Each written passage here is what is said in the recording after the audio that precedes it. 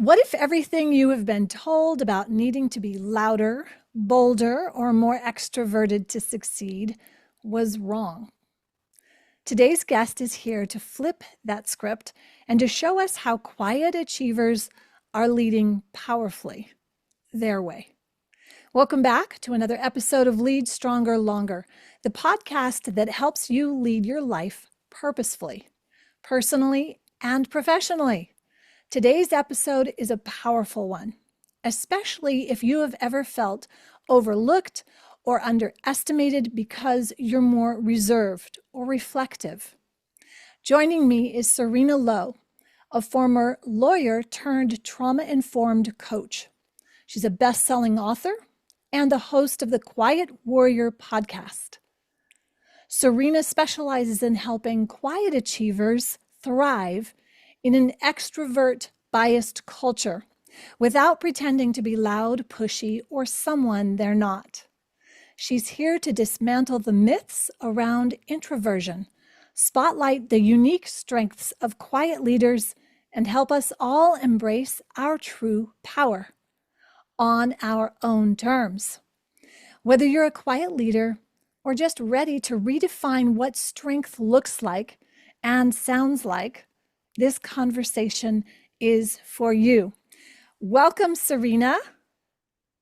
Thank you so much for having me, Stefana. I'm thrilled and can't wait to hear your answers.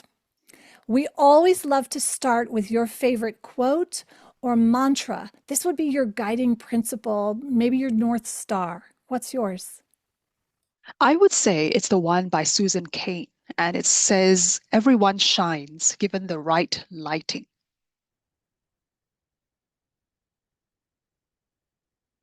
So, how do you apply that?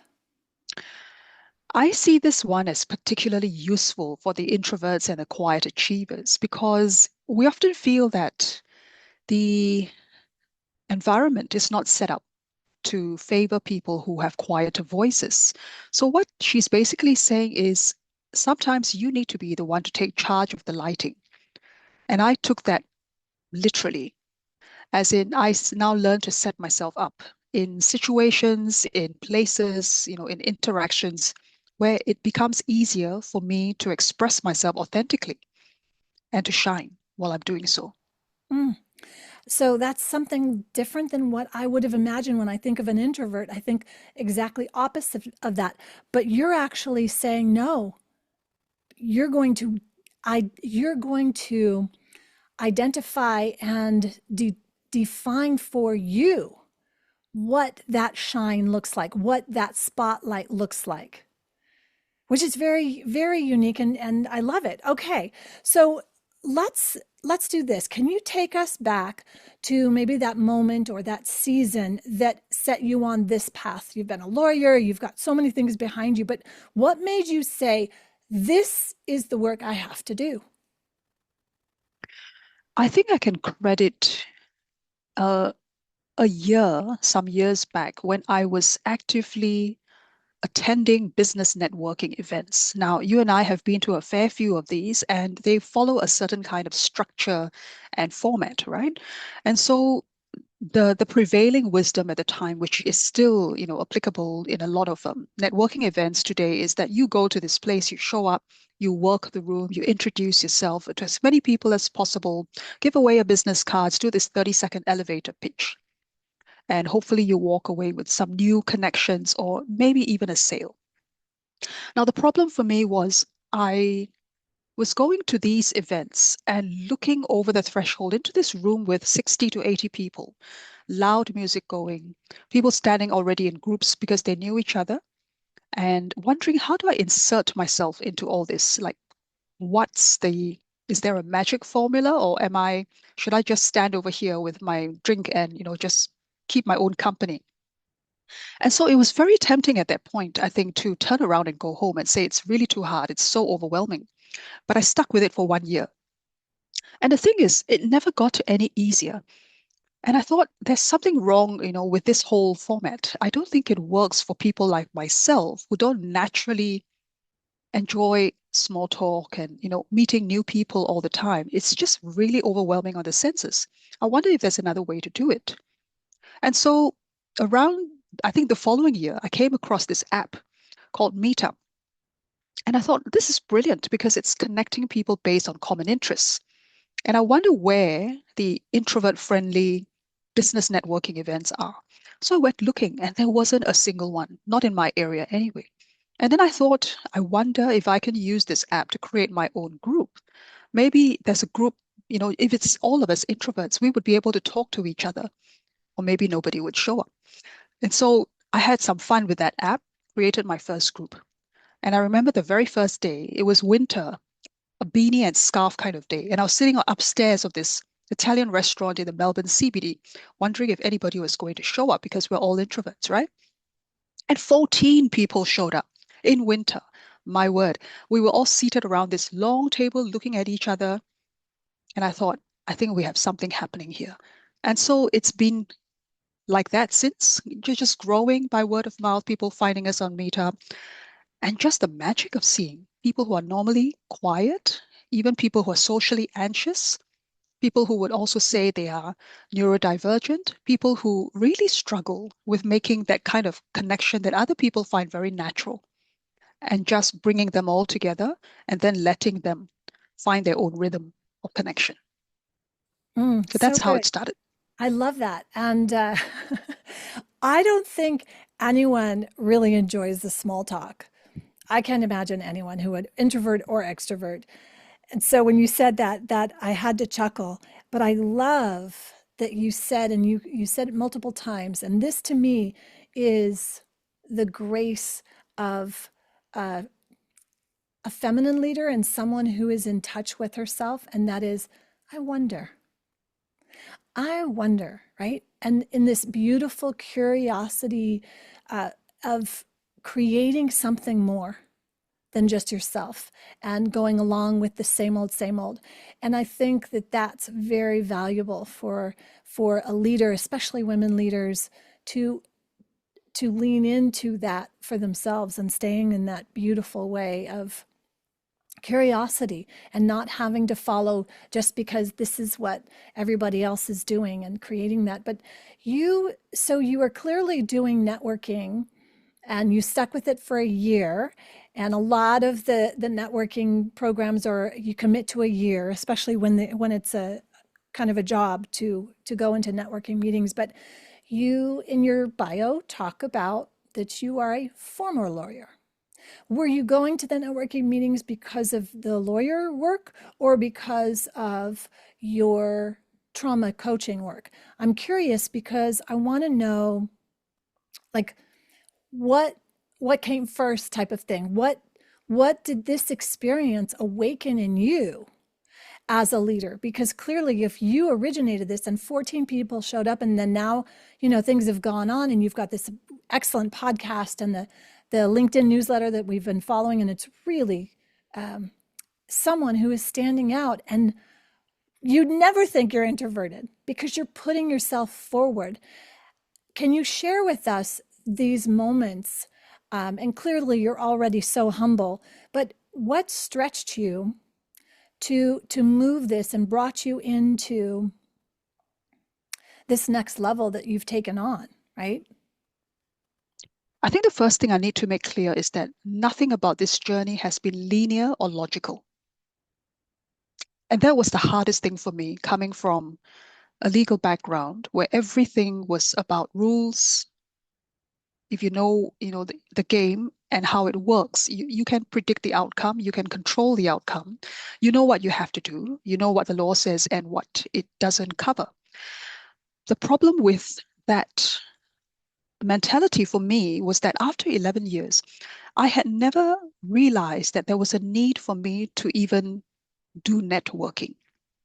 I had been very complacent in that sense because I assumed that I was going to do this for the rest of my life. And as long as I was tethered to an organization, my identity comes from the organization. I don't have to explain myself. I don't have to convince anyone that I'm credible because I have the organization behind me. But as soon as I made that decision to step out of the system, I suddenly realized, hang on a minute, I really don't know anybody outside of the system. Now that I'm outside, I actually don't know who I am. I'm basically nobody because I'm an ex-lawyer. I'm not in the system anymore. And so I think that realization was what sparked the need for me to find myself, to really know myself in a very deep way, not just in a resume sort of way, like, as in what kind of skills I have, but also what I care about, what I'm passionate about, what I want the next phase of my life to mean. And I think that was the hardest part, to reinvent myself literally from an identity crisis point of view. I'd love to go deeper into that, but I'm going to phrase it in this question. And I want you to assume that you would give this advice because a lot of us, well, we wouldn't change anything because here you are, you're in this amazing, perfect spot. But if you could go back and talk to your younger self, what would you tell her? I heard the key things. I mean, definitely it wasn't linear, it wasn't logical. I was in this controlled and predictable environment, which right now in the time that we live in, there is nothing controllable, nothing predictable. And I don't think it ever has been controllable or predictable. It's just that we thought or we believed the lies that there is this way. And so I'm really curious. Would you tell yourself two things? I'm not curious. I want to know what you would tell your younger self, assuming assume, and then I would like you to answer it. Would you even tell your younger self, "Hey, there's gonna"? I'm curious. You get that? Yes, Okay. I would answer the second one first. And Okay. that is that regardless of how many warnings and how wise we are in hindsight, we never listen to ourselves at the right moment. We always have to learn the hard way. So even if I were to tell my, say, 18-year-old self, what I've learned now, I very much doubt she would have believed me. She would probably just roll her eyes or something. And yet, to the other part of it, but I would still say it anyway, because now I know what I know, and I feel I have an obligation to pay it forward and to share this knowledge. And it's up to the person listening to decide if this is worth taking action and investigating further. But the thing is that you are right. There is no such thing as safety. It's all been a myth. It's our conditioning. We are wired for safety. We're wired for control, for predictability. We want to know what's happening next. And the world we live in now is such that we really don't know. Even if we have a job now, we don't know if we will have it next year. And if we start a business now, we don't know if we will have it in 2 years. So I think the biggest lesson I've learned is to be agile and to to take the action as though you're going to succeed, but also at the same time to be prepared that things could change very quickly. And don't take it personally when it does. It's not about you. It's not that you are a failure.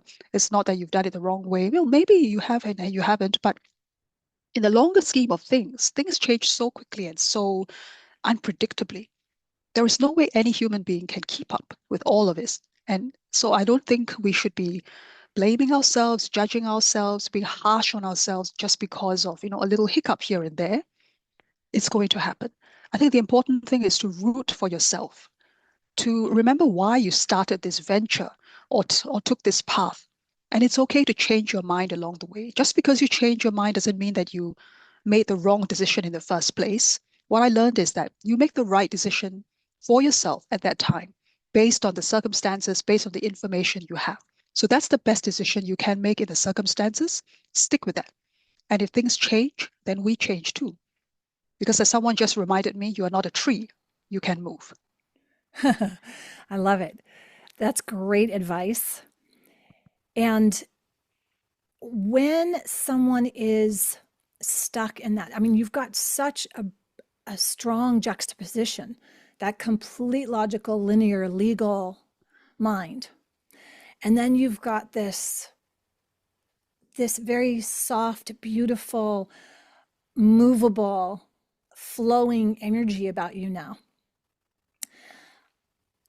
The and then you mentioned the identity crisis.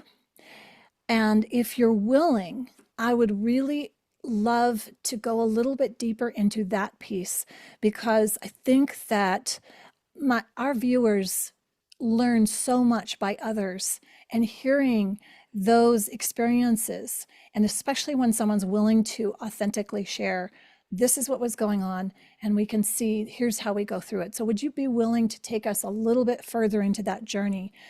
I think identity crisis is huge for leaders. I think it's a key piece to burnout, and I would love your insight on this. In my case, it's very contextual because I've grown up in a very traditional Asian upbringing where your identity is very much intertwined with family, with community, with society. There are certain norms, certain unwritten rules that you're expected to comply with. The idea is that you have a script. Everybody has a script, and we follow that script. If you are that one person who does something different, even in a family, there will be talk, there will be criticism, may or may not be direct to your face, but definitely you can sense that disapproval, that even the children, will receive messages that, oh, that uncle or that auntie, whatever they're doing is it's not approved. We don't approve of it. We don't do things like that. And so you from young you get this sense of what you can do and what you can't do. So I think for a good 35 years of life, I followed that script very faithfully because it was the safe thing to do, because that's the path to approval, because then your parents will be proud of you. Because one thing you don't do as an Asian is to bring embarrassment or shame to the family name. So if you become a doctor, a lawyer, an engineer, you're good. You follow that path at the right age, you get married, have your family and all the rest of it. Your parents will be very proud of you. When you go to a wedding or some gathering or something, your parents have bragging rights, right? Oh, look at my daughter and all everything. But the minute you decide to do something that nobody in the family has ever done, it becomes very awkward because you have to explain to people who don't get it. You have to justify, and that makes you doubt yourself. So I think that's when I really had the identity crisis because externally already I was outside of the system. And then internally I had to find a way to communicate who I was becoming. And I didn't even have the language myself then for who I was becoming because it was all, it's the messy middle. Nobody knows what's happening when you're in the messy middle. It feels like you're in this emotional and spiritual wilderness. There's no signposts, there's no path that tells you go this way, go that way, and you're just testing it out. You might hike through the undergrowth, you might carve out a new thing for yourself. You might say, I'll keep going with this path until the path comes to a dead end. And then you wonder, all right, maybe I've had enough. Should I U-turn now and go back to where it's comfortable and safe? Or do I just keep going? And where is the end point? And so while you're in that messy middle, there's no way to know whether you keep going or not. And so that's a decision, almost like a spiritual decision you have to make for yourself. Do I keep going or do I stop? So clearly you kept going. And how do you bring this? So you mentioned your culture. Is your introverted nature part of your culture, or do you feel like that is who you really are? I think it's both. I think I was also encouraged to be the quiet, good girl who just studies, reads her books, doesn't cause any trouble, doesn't say anything controversial, doesn't question or, show any disrespect to the elders. Because to question or to even suggest something different can be seen as disrespectful, depending on the family you've grown up in. And mine is pretty conservative. So, yes, in a sense, I was shaped to be introverted, but I also found at some level that I liked being an introvert. I liked being in my own world of daydreaming and reading books and imagination and thinking my own deep thoughts and being curious about people and just observing what they were doing while they were talking and just trying to guess what was going on inside them. You know, because I've seen you and I've listened to you in our different meetings, our networking groups together, I know that you are an incredible deep listener, but you have incredibly deep insight. And I think that this is very important for leaders to understand. First of all, leader of any level, we need to be leading ourselves first, but to look at this collaboration with another like yourself or anyone who's an introvert in a way, a healthy introvert, I'm going to say. And why I say that is because you clearly know yourself and you're not, and it's not even apologetically saying anything about this. It's that that is your superpower. It is your strength that you can deeply reflect. And as a result of that, you then can give very deep feedback to those who need it, who would not otherwise see it. And we see this a lot in the world of so many blind spots and so many, they're going to the next thing, next thing, next thing. And instead of really taking the time to be in this sense of groundedness, and I think that that is a skill. I think it's a skill that we need to develop to find that quiet place, even if you are an extrovert. I know I am filled up, I am restored by being quiet, by going off and being alone.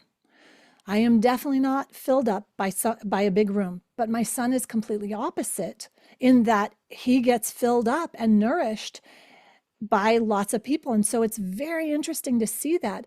But I have learned to build that skill, which I think is what you have done as well. Clearly, if you held the space and 14 people showed up in the middle of winter, so there is a balance. How would you say we go about balancing this in leading our lives and leading our businesses, leading our families with this new sense of understanding, this identity, but not being a slave to the identity of introvert, extrovert?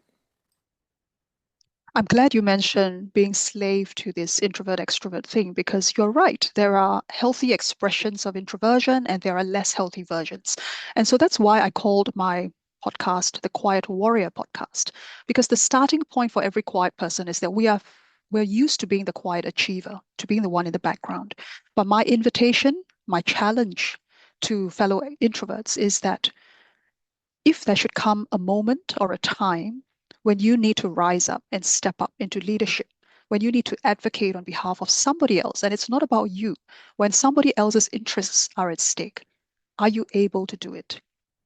And that's the challenge, to become the quiet warrior, to be that person who can speak, who can take decisive action, who can lead from that place and not say, oh, I'm an introvert, so I can't do networking, I can't do public speaking. Yeah, valuable skills for sure.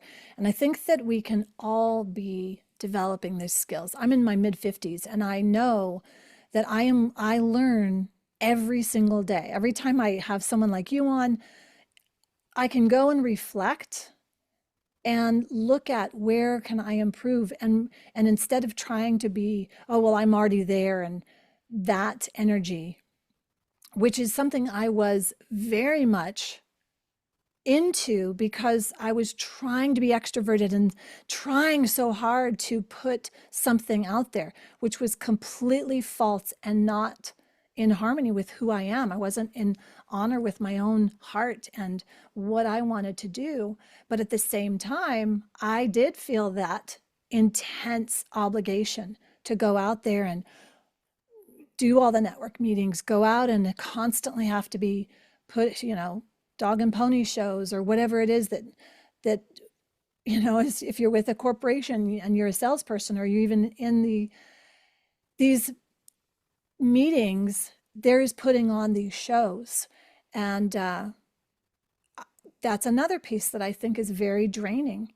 And one of the things that I noticed about you, so this, I would say this is probably now the fourth or fifth time I've seen you in a just seen you. And your space is very grounded, right? Very calm, very grounded. So I don't think you're putting on this facade, right? You are listening intently. What would you say is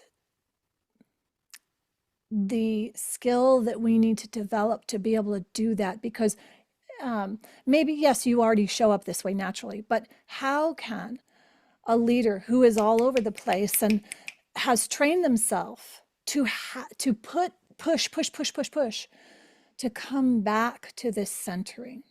What are the skills you use? Do you do this on a daily basis? And that will lead me into my next question.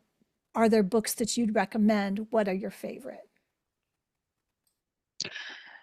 It's interesting you ask about this, how do I stay grounded? It's taken time to cultivate, so it's not natural to me. I did not start off this way. But one of the pieces I teach inside this framework that I teach my clients is the letter E for energetic presence. Now, the introvert's energy is very different because, as you mentioned earlier in this conversation, we recharge and replenish by going away and being by ourselves. So, whether that is a walk in nature, meditation, qigong, reading, anything that's quiet that doesn't require us to interact with another, that is the most replenishing. Sometimes it could just be a nap. And so, for the introvert to be able to show up fully in those times where they are actually speaking with someone or presenting or leading, they need to prepare themselves before, during, after. So in the moment, they're amplifying their presence in such a way that the quiet voice doesn't matter anymore. People are noticing the impact rather than the softness of the voice. And before that, they have to do that inner work to prepare themselves physiologically and mentally. And then after, they have to make sure they schedule time in to do nothing so that they can get ready for the next time they need to dip into that energy source. So I think for the introvert, managing their energetic presence is the most important thing. And as to books, I have got so many books that I love, but let me restrict myself a little bit and say one of my favorite ones is The Body Keeps the Score by Dr. Bessel van der Kolk. And this is to do with understanding the root causes of why we have the physical conditions or problems that we do. Because actually, a lot of it is related to things that have happened to us that have left an emotional imprint. So it's important to listen to the body and what it's telling us. The other one is You Are Not Depressed, You Are Unfinished. This one's by Dr. Ardeshir Mehran, whom I interviewed recently. And he has an interesting theory about depression and anxiety. And this is to do with, again, that if our 7 emotional needs are not fulfilled, then we're likely to show up with the symptoms of depression and anxiety. And let's not just try and fix it at the level of the symptoms. Again, let's go back to the root cause. And finally, Carol S. Pearson has written this series called The Heroes Within, and I particularly like Awakening the Heroes Within. So for anyone who is on their own hero's journey or who understands archetypes or wants to learn more about them, the warrior, for instance, is one such archetype. It's that persona that we take on in life, depending on what season of life we're in, and it helps us respond in a more self-aware, more empowered way. So I think that's very helpful. Mm, beautiful. I haven't heard of any of those, so I'm looking forward to looking into them. On the second book, you mentioned depression, anxiety, and you mentioned something around the emotions. I didn't quite catch what you said. Can you just repeat that, and so I'm clear on the words you used?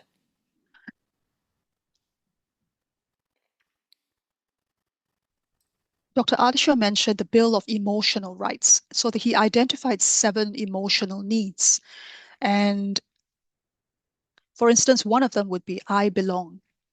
I think just hearing those words can even cause a prickle of tears for some people because they may not feel that they belong in the world. And if you don't feel that you belong, it has this ripple effect in a negative, dysfunctional kind of way. It affects the way you show up. It affects the way you relate to people. It affects the way you carry yourself in the office. It affects your tone. It affects your posture and how you inhabit your space. So, it's simple statements, and he has got 7 of them in his book, that, if we are able to address these and return to that place where we can say honestly, I do belong. I do belong here in my body, in this space, in my job. in my family, in my relationship, my marriage, and let that knowledge then spread out and touch everything that we do. So I find that book and his thinking extremely powerful. Yes, I feel that incredibly beautiful. Thank you. Well, I am thrilled that I finally have had the opportunity to meet with you on this podcast, and I'm so looking forward to sharing you with my audience. This has been so refreshing and, quite frankly, empowering in such a beautiful, subtle way.